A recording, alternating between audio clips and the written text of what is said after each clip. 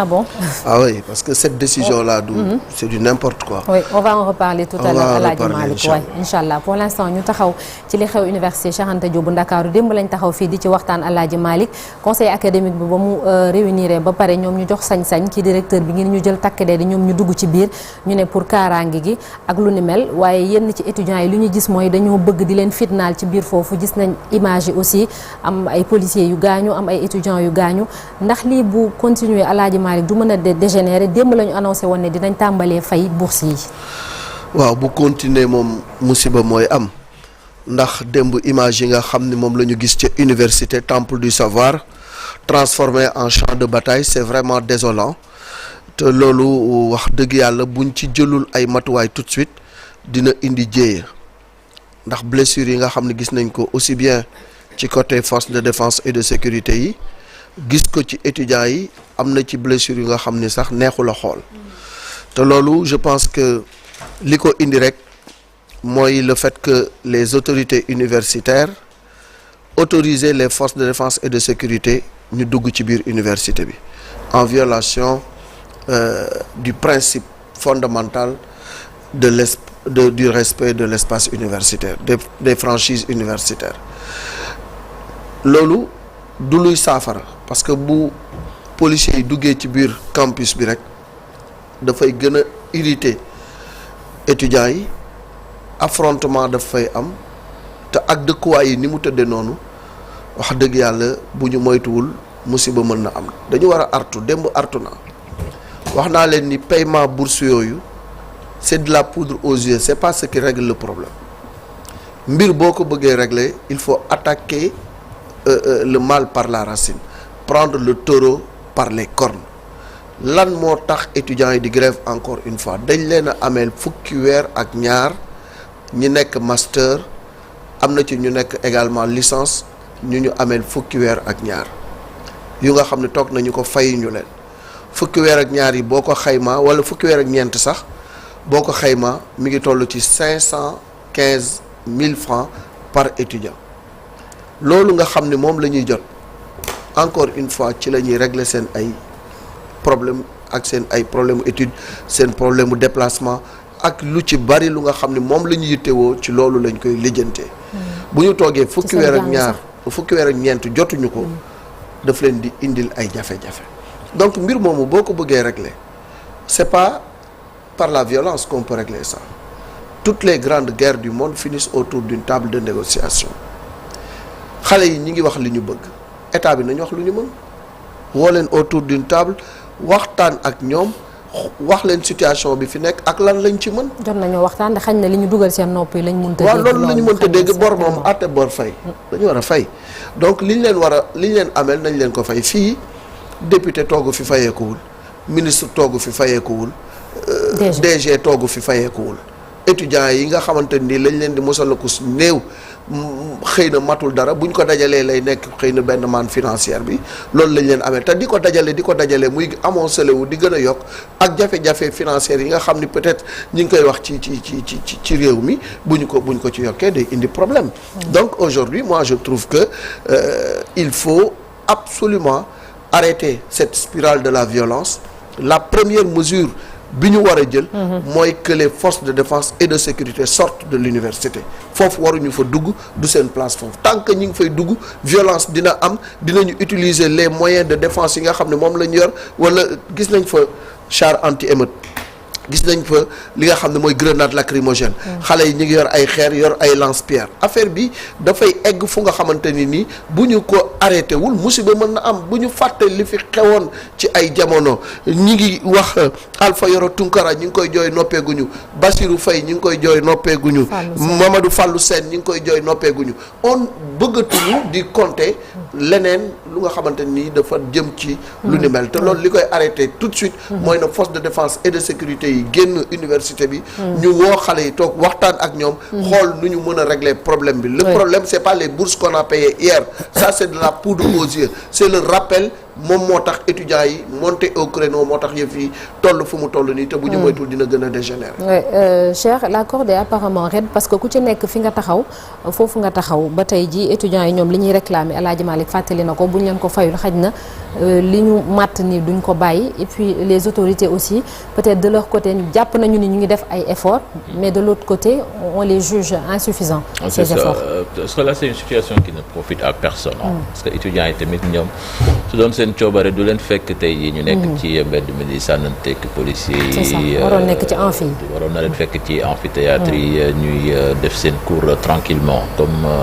ni mu waree parce que je pense que loolu moom moo leen fa yóbbu. parce que décision bi nga xam ne conseil académique bi daf ko jël c'est pas une première. yàgg na di am université malgré franchise universitaire yi nga xam ne am na fa nous on se rappelle je pense que su ma juumul 2006 la woon c'était Ousmane Ngom le ministre de l'intérieur à l'époque ñu dugg campus mais biñ fa duggee c'était la catastrophe doon gis ay étudiants yoo xam ne dañ doon nekk 3e étage ñuy dajji seen porte yi ñuy tëb di am ay fractures yu kenn xamul psychologiquement c'est très dur le lendemain dañoo gis étudiants yi ñëpp jël seen sac dem ñibbi parce que seen parents yi dañ leen woo ni leen ne ñibbi si leen wóoratul woon te lii nii suñ ko arrêté wul foofu la ñu jëm spirale de violence bi démb gis nañ ko des étudiants blessés des policiers yoo xamee ni ñoom tamit dañu leen gaañ je pense que loolu profité wul kenn et puis dans cette histoire aussi Nata mën nañu wax ni que la sortie des députés de PASTEF là bokk na ci li nga xamee ni tamit dafa gën a radicaliser étudiants yi parce que am na kàddu yoo xamee ni di ko yëkkati je pense avant nga koy def war nga ko xoolaat ko kenn ci ñoom sax après su ëllëg sa dafa ñëw di jéggalu ni dañoo juum wala comprendre ñu bu baax propos yi nga xamee ni daf ko yëkkati ci contexte bu mel nii am na contexte na muy demee wax dëgg fa yàlla am na baat yoo xamee ni jarul nga koy wax surtout que maîtriser woo sax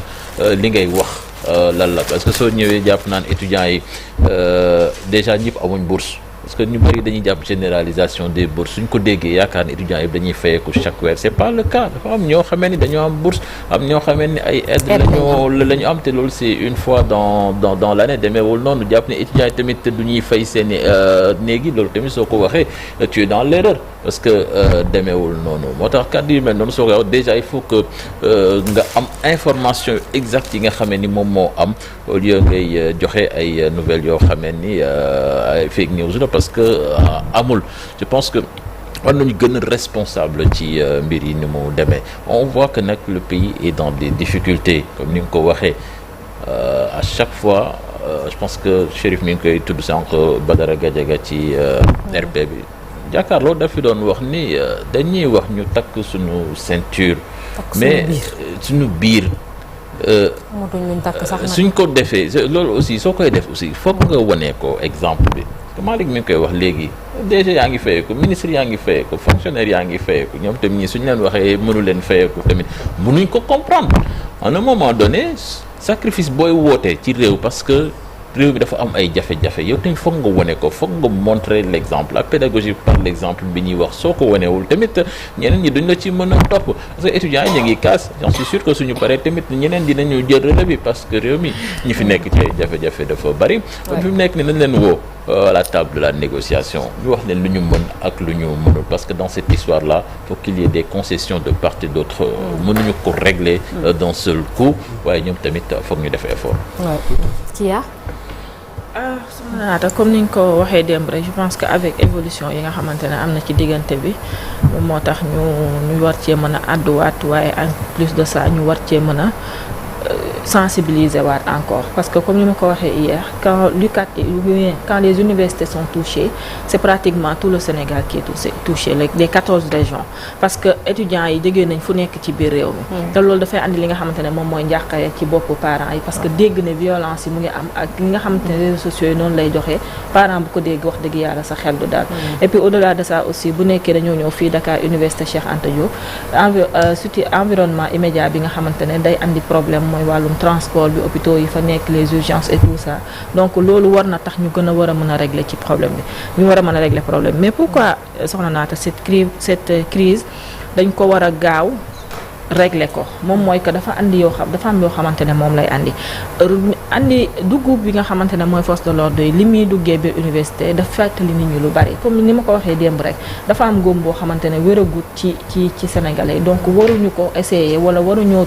tenter di ko jéem a xoosaat et tout ça parce qu'on se rappelle émeutes yi nga xamante ne amoon na foofu université Cheikh Anta Diop kas yi fa amoon ak li nga xamante ne moom mooy conséquences yi fi mu fa andi woon donc dafa nekk loo xamante ne daf ñuy fàttali c'est des mauvais souvenirs donc waruñ ko di kii et puis lii dafay fragiliser li nga xamante ne moom mooy l'image des universités dégâts matériels et perturbations cours yi dafay nekk loo xamante ne aussi moom moo nekk danger ci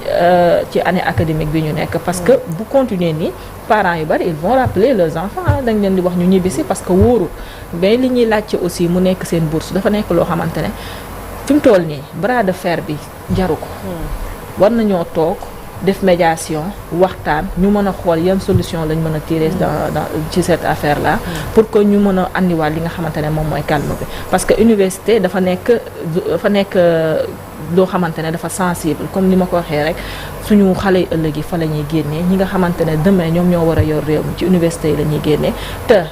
ñi nga xamante ne ñoo nekk ci bopp ci réew mi ak président bi fi jógee ak ñeneen ak ñeneen ils ont bénéficié de ces bourses là par état du Sénégal bokk na ci ñi leen jàppale ba ñu mën a yegg fi ñu yegg donc waruñoo wax ne ay di comparer Sénégal ak yenn dëkk yi et tout ça yaakaar naa discours boobu c'est même pas le bon moment ce discours là c'est même pas le bon moment pour les parlementaires violence mu ngi am ñoom ñu ngi casse li nga xamante ne seen droit la c'est pas 2 mois d'arrière mais c'est pratiquement 12 mois d'arrière 1 an ñu di ko laaj donc li nga xamante ne moom moo war a am moom mooy ñu def médiation balaa teer toog autour d'une table ñu waxtaan ba mën a trouver solution li ñu mën ñu wax ko ñu def ko li ñu mënut ñu wax ko comme ça au moins ñàkk dialogue boobu noonu du manqué ci nga xamante ne moom mooy diggante étudiants yi ak li nga xamante ne moom mooy diggante autorités yi mais li xew université dafa nekk un signal fort loolu dafa war a tax ñu war a andiwaat des réformes en profondeur ci li nga xamante ne pour régler situation sociale bu université yi installer le dialogue mais en plus de ça ñu entretenir li nga xamante ne diggante étudiants yi la ak autorités yi ñu mën a am benn point boo xamante ne wala benn zone boo xamante ne war nañ faa mën a dajee ñu toog waxtaan ba nga xamante ne yii du fa am parce que pratiquement tout commence à l'université tout commence par là-bas donc nañu fexe ba mën a étendre ce feu là parce que dëkk bi déjà frustration yi dafa bari crise économique bi nga xamante ne installé wu na fi aussi dafa nekk loo xamante ne ku nekk sa ruq ne patt rek am lu mu denc donc bu ñu andi loo xamante ne war na mën a tax nit ñi di exploser et il faut régler cette situation là autorités yi wax ak tenir un langage de vérité aux étudiants bu ko defee qu'on passe à autre chose incha allah Chérif naka lañ def ba situation bi mën a évoluer dans le bon sens et puis dire aussi que c'est pas le moment d'attiser le feu parce que gis nañ ñoo xamante ne liñ ciy wax day yokk ci xar mi kawar peut-être et puis fàttali aussi que situation yu mel nii c'est même dangereux de l'utiliser peut-être politiquement di ci génn yenn kàddu yoo xamante ni mën na la dab ëllëg. Effectivement et la solution pour régler ko mooy satisfaire revendication étudiants yi comme ay bourses la lu leen yoreel dina leen ko fay parce que xaalis la boo xamante ni doon ko voté Assemblée nationale donc c'est un dû boo xamante ni da leen ko war a jox bu dee jafe-jafe am na. loolu kenn naatable ko parce que Malick danaan xaalis chaque jour dama naan aussi dëkk bi doon nekk situation boo xamante ni c'est très compliqué et démb rek ñi ngi gis ne encore une fois dañuy wutiwaat xaalis di ko lebiwaat 400 milliards yoo xamante ni te bu ñëwee dem moom la ñuy dundee Sénégal day leb di dundee weer wu da gis nga ñi ngi dem ci marché sous régional bi wala nga dem sax ci nga xamante ni mooy euro wala bon di lebi donc moo lay wane dëkk boobu yaa ngi ci ay difficultés financières et rappelé na fi démb séquence passation service entre le ministre de l'enseignement supérieur Abdourahmane naan ko weer wi boo ci nekkee dañu jógee ci 7 milliards par mois dem ci 13 milliards par mois loolu moom beneen affaire te ku mel ni Madane voilà mu doublé ku Madane mi ngi ko doon wax Sénégal ba daa nekk ci jafe-jafe yi xëy na banques yi daanan anticiper ngir dimbala nguur ak Sénégal qu'est-ce qui se passe nag ba loolu amut loolu beneen affaire la et que li nga ko waxee violence moom dañ koy ñaawlu fu mu mën a nekk même bi nga xamante ni moo xew université parce que rien ne peut justifier quand même la violence surtout dans l'enceinte de l'université d'autant plus que c'est une université boo xamante dafa am ay séquelles duñ fi dem dans l'histoire 2023 am na lu fi xew les ay étudiants dugg nañ ci biir jaxase université bi taal fa ay campus sesti gi ñun ñu jàngee ñu taal ko lu nekk ñu def ko fi à l'époque aussi moo tax chaque jour dama naan yaa ngi koy wax sànq politiciens yi maanaam nit ki far wala nga féete warul tax ngay bañ a wax dëgg principe moom da nga ciy nekk maanaam bu amee ñëpp ci war a nangu ne nan arrêté déjà li naan cessez le feu ñu arrêté violence yi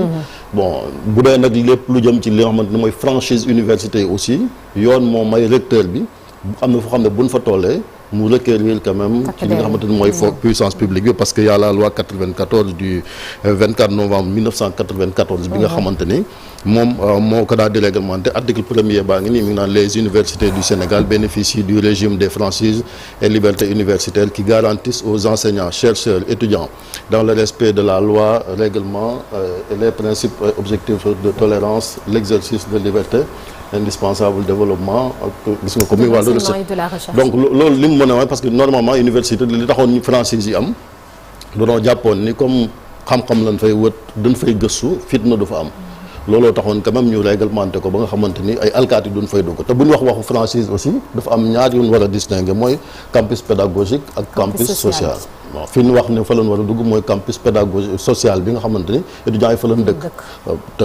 bu leen fàttali ne étudiants yi aussi dañoo dem ba université bi daanaka dëkk la fu ne plus de 100 000 personnes ñu ngi fay daje bu fitna amee wax dëgg yàlla am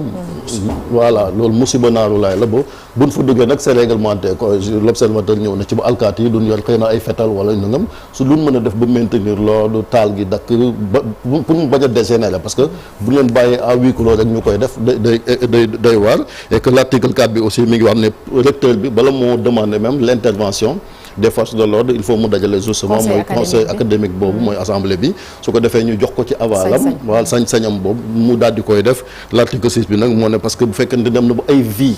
menacé liberté yi menacé loolu moom c'est immédiat ay dogal la boo xamante wax dëgg yàlla am da ko def donc je pense que ñu ngi dans le respect de la loi ba nga xamante ni mbir mi du daal di dégénérer et on espère que bu fa alkaati yi duggee aussi jëyee du fa daal di am parce que ku ci nekk boo tënkoo ci li nga xamante ni moom nga daal di nekk ba situation bi ñu mën ko dépasser ni ñu koy dépasser nag mooy violence moom c'est pas que physique comme ni ñu ko gisee verbal aussi am na parce que comme boo taxawee fa la di xam ci taal bi alors que responsabilité li mu laaj mooy fii bu ñu fa tollee ñëpp ànd ak daal fay étudiants yi ñu delluwaat ci daara yi dem jàngi moom mooy li nga xamante ni moom mooy solution bi. d'accord merci beaucoup Chérif dinañ ci dellu si waat ci ñaareelu pàcc bi ak suñu gan léegi dañuy ñëw dem ci xibaar yi ñu tënk ko ak Cheikh Tidiane Diaw.